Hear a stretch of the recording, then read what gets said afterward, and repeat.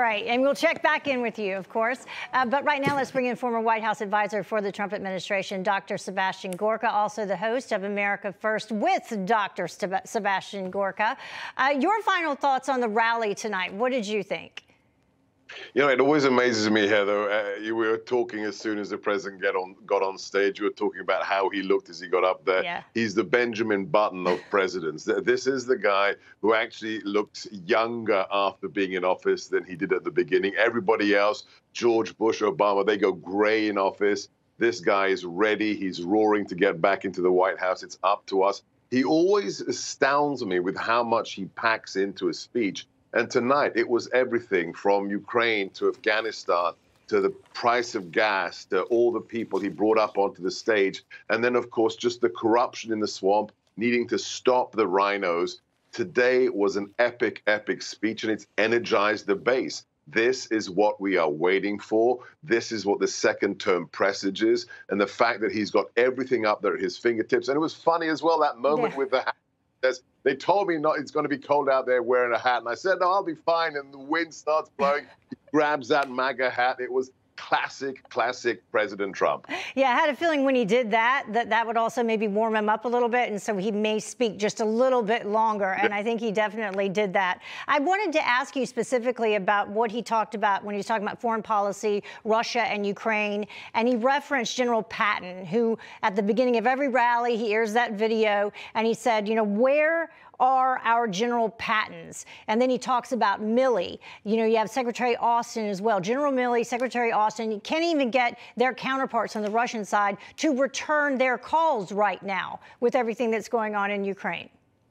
Think about that. That's exactly the point I wanted to bring up. So we are supposed to be the most powerful nation on God's earth. The most powerful military, the best nuclear arsenal. And not only will the people who depend upon us in the Middle East, like the UAE, like the Kingdom of Saudi Arabia, that don't exist unless we are there to back them up, they will not take Biden's phone call when we are in an energy crisis. And then what do we find a few days later? Even worse than that.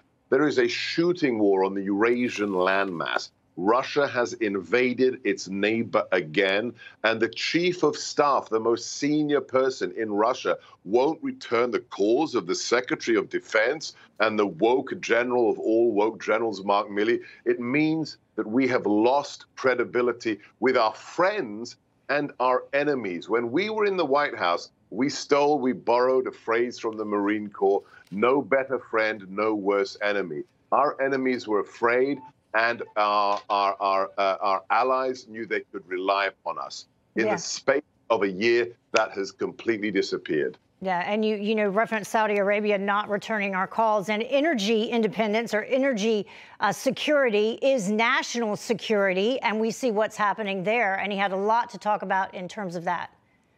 Yeah, I mean, it's remarkable what we managed to achieve when he unleashed the oil industry in America. Fracking natural gas for the first time ever in our history. We were exporting more energy than we were using. We were a net exporter. In less than a year, we have gone to the most expensive gas in American history. I know one person who's happy with that, and it's Jimmy Carter. Jimmy Carter can now relax and say, I wasn't the worst president in the last 100 years. Now we've got somebody else. We may be soon in a situation, you're too young to remember, but there may be a situation imminently on the horizon where, depending on whether your license tag ends in an odd number or an even number, will be when you can buy gas. Yeah, I mean, and he was talking about the possibility of oil going over $200 a barrel, a very real possibility.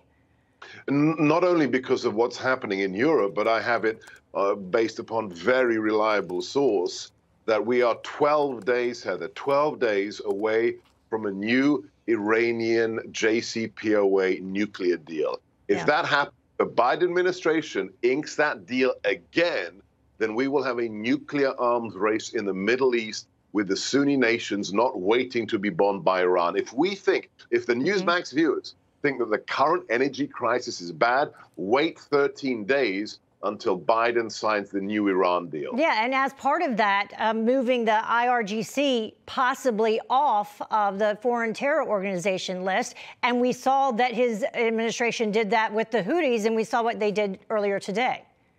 Yeah, this isn't Dr. G's opinion. This isn't. This is the State Department is saying that the Iranian regime is the largest state sponsor of terrorism in the world. Now they want to take them off the terror watch list. Sheer insanity. Yep. All right. Well, Dr. Gorka, thank you, of course, for joining us. Thank you. God bless all the viewers.